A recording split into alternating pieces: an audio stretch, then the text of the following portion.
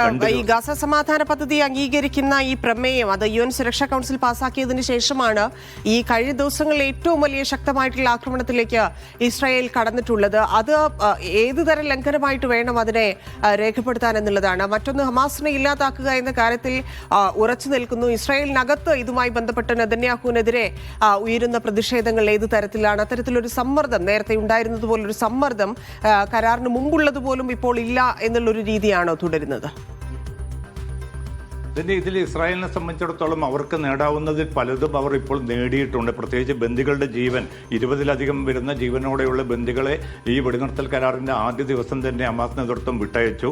തുടർന്ന് 28 മൃതദേഹങ്ങളിൽ 26 മൃതദേഹങ്ങളും ഇസ്രായേൽ ബന്ദികളുടേത് കൈമാറിക്കഴിഞ്ഞു. ഇനി വെറും 2 മൃതദേഹങ്ങൾ മാത്രമാണ് കൈമാറാൻ ബാക്കിയുള്ളത്. അത് കണ്ടെത്താനുള്ള തെരച്ചിൽ പ്രക്രിയ ഹമാസിൻ്റെയും ഈജിപ്തിൻ്റെയും അതോടൊപ്പം തന്നെ മറ്റ് സന്നദ്ധ സംഘടനകളുടെയും നേതൃത്വത്തിൽ ഖാൻ യൂനിസിലും മറ്റും പുരോഗമിക്കുകയാണ്. അപ്പോൾ ഇസ്രായേലിനെ സംബന്ധിച്ചിടത്തോളം അത് മുന്നോട്ട് വെച്ച ആവശ്യങ്ങൾ പ്രധാനപ്പെട്ടതൊക്കെയും ഹമാസ് നൽകിക്കഴിഞ്ഞു. ഇനിയുള്ളത് ഹമാസിൻ്റെ നിരായുധീകരണമാണ്. ആ നിരായുധീകരണമാണ് ഇപ്പോൾ ഇസ്രായേൽ ഏറ്റവും വലിയ അജണ്ടയായിട്ട് അമേരിക്കയ്ക്ക് മുമ്പാകെ ഉന്നയിച്ചു കൊണ്ടിരിക്കുന്നത്. അതിൻ്റെ ഭാഗമായിട്ടാണ് ഇപ്പോൾ അമേരിക്ക ഈ അന്താരാഷ്ട്ര സുരക്ഷാ സേനയെ ഗസയിൽ വിന്യസിക്കുന്നത്. 20,000-ലധികം വരുന്ന സേനയെ വിന്യസിച്ചുകൊണ്ട് ഇസ്രായേലിൻ്റെ ആ ലക്ഷ്യം പൂർത്തീകരിക്കാനുള്ള ഒരു സാഹചര്യം ഒരുക്കി കൊടുക്കുക എന്നതാണ് അമേരിക്ക കൃത്യമായി തന്നെ അവരുടെ ചർച്ചകളിലൂടെ UN-ൽ പ്രമേയം കൊണ്ടുവന്നതിലൂടെയൊക്കെയും ഇസ്രായേൽ തീരുമാനിക്കുന്നത്. പക്ഷേ ഇപ്പോൾ വിവിധ രാജ്യങ്ങൾക്ക് സ്വാഭാവികമായിട്ടും ഗസയിലേക്ക് സേനയെ അയക്കാനുള്ള അന്താരാഷ്ട്ര തലത്തിലുള്ള ഒരു അനുമതിയാണ് ഇപ്പോൾ ഈ പ്രമേയം പാസ്സായതിലൂടെ ലഭിച്ചിരിക്കുന്നത്.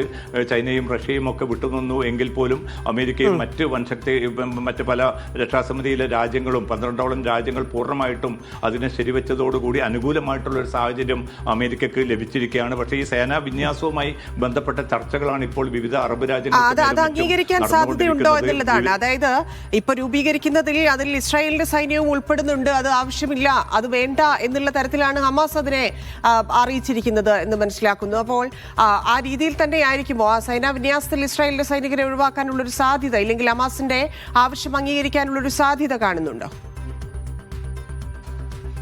പിന്നെ ഇത് തന്നെയാണ് ഇപ്പോൾ ഹമാസിൻ്റെ ഔദ്യോഗികമായിട്ടുള്ളൊരു പ്രതികരണവും ഒക്കെ അതുമായി ബന്ധപ്പെട്ട് വന്നിരിക്കുന്നത്. ഒരു നിലക്കും ഈ അന്താരാഷ്ട്ര ഒരു സേനയെ അല്ലെങ്കിൽ വിദേശ സൈനിക സേനയെ ഇസ്രായേലിന് വേണ്ടിയുള്ള താല്പര്യങ്ങൾക്ക് വേണ്ടി ഗസയിൽ അനുവദിക്കുകയില്ല എന്ന നിലപാട് ഹമാസ് ആവർത്തിച്ച് വ്യക്തമാക്കുന്നുണ്ട്. ഇസ്ലാമിക് ജിഹാദും അതോടൊപ്പം തന്നെ മറ്റ് പലസ്തീൻ പോരാളി സംഘടനകളും ഇതേ നിലപാട് തന്നെയാണ് ആവർത്തിക്കുന്നത്.